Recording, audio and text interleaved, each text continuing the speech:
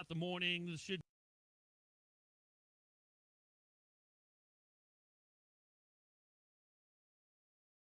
the city manager, Finley DeGraff and Reed, along with Ronnie Witcher in the studio. That's coming up next. Hi, welcome to Great Clips. How are you today? I'm good, thanks. Oh, sorry.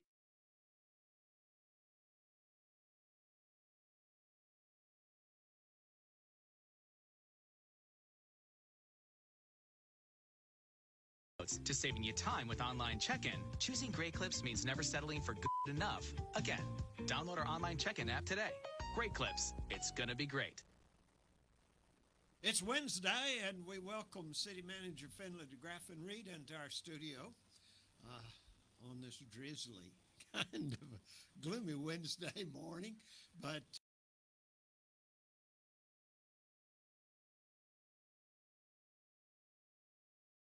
good possibility of that. What is happening with the city of Lampasas? Well, we're coming off our Christmas break, obviously, and New Year's break, and into a meeting on next Monday, the 25th, and we'll be taking up a lot of different items in our workshop session, an update on our comprehensive planning process. We'll hear a presentation from Jason Jones at Jones Heroy. They are an engineering firm that's been doing some work on our water treatment, our wastewater treatment plant and pre-treatment plant. So looking forward to hearing what they have to say about that operation, and taking a look at a few odds and ends, and of course getting kind of the every meeting COVID update from Chief Smith. And certainly as we talked about in staff yesterday, we're hopeful, we're anxious, we're optimistic that soon some of these shots will be getting in folks' arms here in Lampasas County, although a hub for that has not been set up as of yet.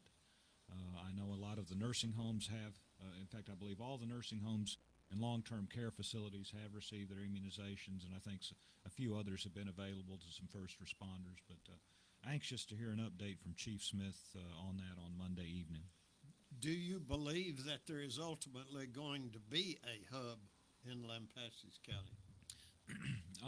My understanding from what the chief has talked to us about, and in his discussions with the health with Dr. Hay, is that that's certainly their target. That's what they're looking for, is trying to find a facility here, whether it's Rollins Brook or Family Medicine or another outlet, so that these shots will be more readily available for Lampasas County residents. So the 1B phase has not been started in Lampasas, and we're thinking that that's going to come after this hub is set up? I can't speak to that, but that is certainly the target, is it have whether that's a pharmacy or, like I said, the hospital or clinic. I think that is the idea, is that they'd like to set up some facility here in Lampasas County and in Lampasas, so those 1B tier next in line folks do have an outlet to get their shots.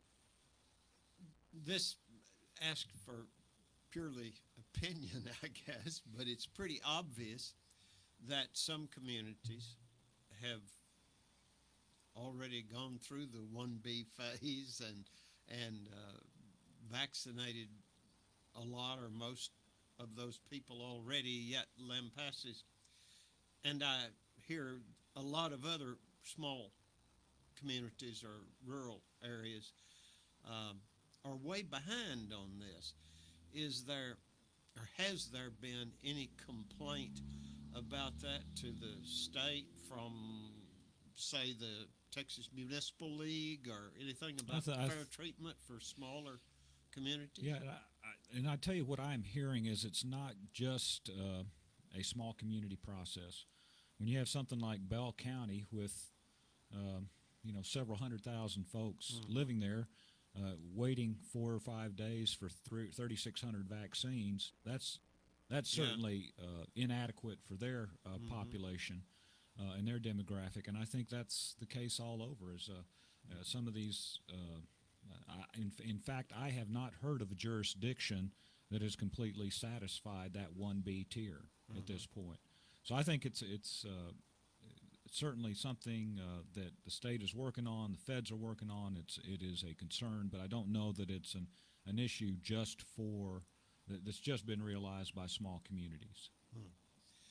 I'm just curious, though, if there is a pipeline from the communities to the state. I mean, I hear everyone complaining about these things, but I don't really hear of any uniform communication between the communities. There is uniform communication. Of course, the state is set up in what they call trauma service areas, and ours is, I believe, a 6 to 7 county area that whereby their statistical information is put to the state, and their needs are known by the state. Additionally, we have a representative that's on that weekly call, statewide call to the governor, and it's not just a briefing call. It's a call that certainly invites input from communities, and our fire chief has piped up and said, hey, we've got some issues here, and how is there all the other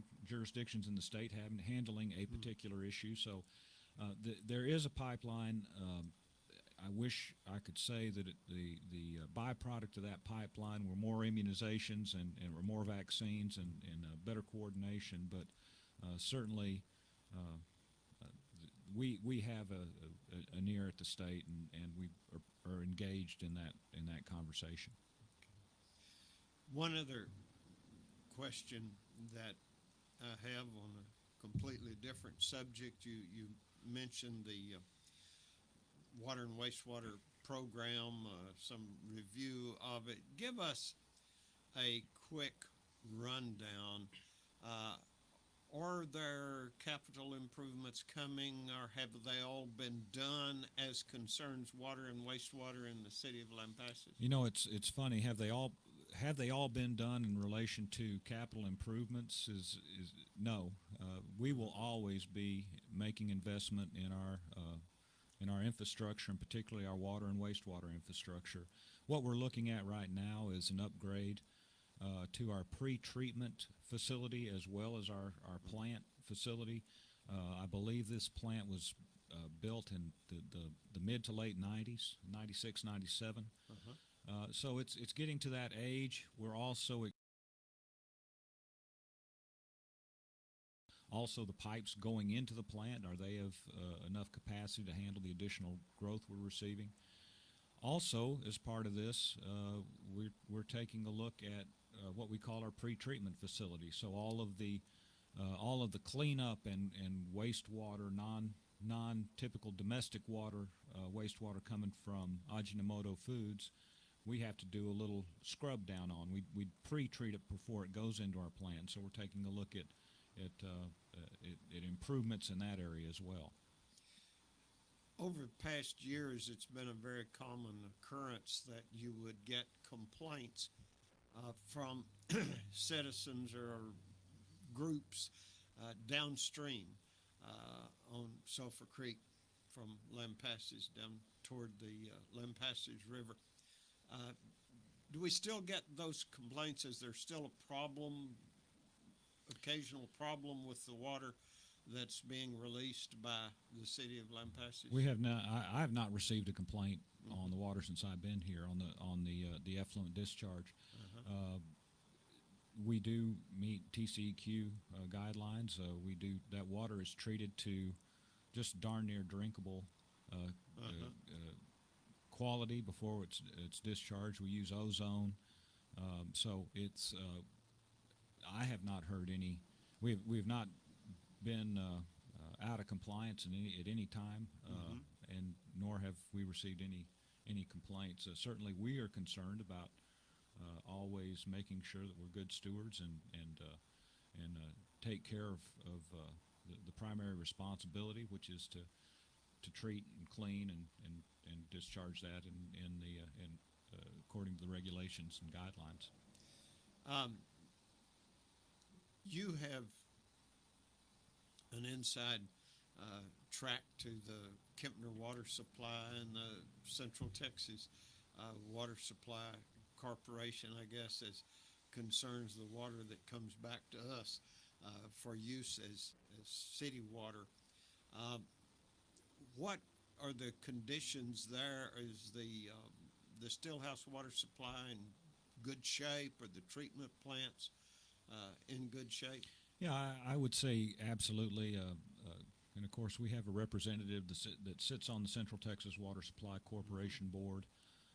We certainly stay in very close contact with Kempner as well.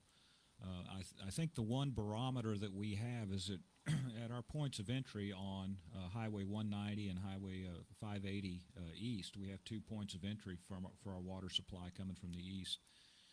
And we monitor the quality of water going into those two sites, and I think over the last several years it has improved. The disinfection level has been better, more stable, and I think that's a result of those folks on the line in Kempner, as well as the ongoing upgrades that we're seeing at the Central Texas Water Treatment Plant is making all that possible. Okay, back to the upcoming meeting that you have on the wings. What else do we need to know about that? Well, the one thing that might have been a little boring to folks if they listened in was a finance report for fiscal year 2020 that was given at the last meeting, and we'll actually ask council to have if they have any follow-up questions to that, we'll take those at this coming meeting and ask them to acknowledge that report. But it was a very positive year for us, all things considered. We didn't know, if you'd asked me in March how our year end was going to wind up, I would have been pretty pessimistic about it. But as of September 30th, 2020, we had a very good year. We made our budget. We were able to a little over $1 million in capital projects. We were able to accelerate purchases of about $140,000, and we still came out with about a $2 million surplus off of our overall. Sales tax was good. Our staff, some of those were kind of forced upon us. We weren't able to do the things at the parks that would require those sorts of expenditures. Swimming pools, our court system was down a little bit because there wasn't as much activity, but all in all, a very good year for the city and city finances. That's curious that we found the same thing with the state. So the city did well and the state did well, yet businesses suffered. It's curious. Some businesses did. Some businesses actually had banner years. Right. Yeah, and that's what seemed to be what happened then. It's that people spent money. Yeah, and I money think circulated. It just circulated in different places, I guess. Right, and I think one of the trends, at least that I read about, and I don't have numbers to back this up, but I did read an article that suggested, particularly in middle to smaller communities, people are staying at home. They're shopping at home. They're not necessarily jumping in the car to drive 30 or 40 minutes to spend money. They're saying, no, we'll just spend it here locally. We don't want to get out in the crowds and do it. And there were a lot more online orders.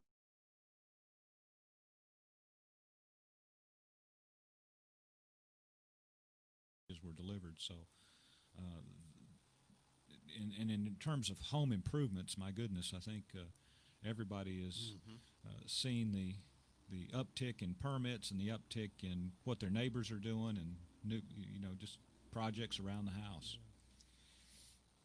A curious quick question. I hope that there's a quick answer for this. If someone gets online and orders something online for delivery into Lampasas, does sales tax flow into the city for that? I think in some situations, yes, it does. So that's a question mark. Are cities actually getting their due? Right. Is there anything looking into that? You can audit your sales tax inputs and receipts. It's a request by the state, though that is confidential information, so they only release it to those jurisdictions under those conditions. But yes, it can be audited. As we begin to shop more and more on kind of want to watch, or Right. it would be suspect in our Right. minds, wouldn't it? Huh, interesting fact. So, little drizzle, slowing down anything the city has going on? Not terribly. I think obviously the golf course is a little slower this week because of the weather, but all in all, we're blowing and going. Moving on. Lampasas City Manager Finley DeGraff and Reed in our studio on Wednesdays. You're listening to KCYL KACQ Radio. Tired of paying a lot for insurance? Then go see the agents at Diversified Insurance. Independent agency offering many insurance carriers to choose from, including Holheim Prairie. Whether you need auto, home, liability, or business, maybe even life and health insurance, you can count on Gerald Adams and Shasta Lewis to find the perfect insurance fit for you. Go by the office at 1305 South Key or give them a call, 512-556-3427, Diversified Insurance. Si habla español. Your local Ace Hardware in Lampasas is just a short distance away, but a long way ahead when it comes to having the stuff you need for Saturday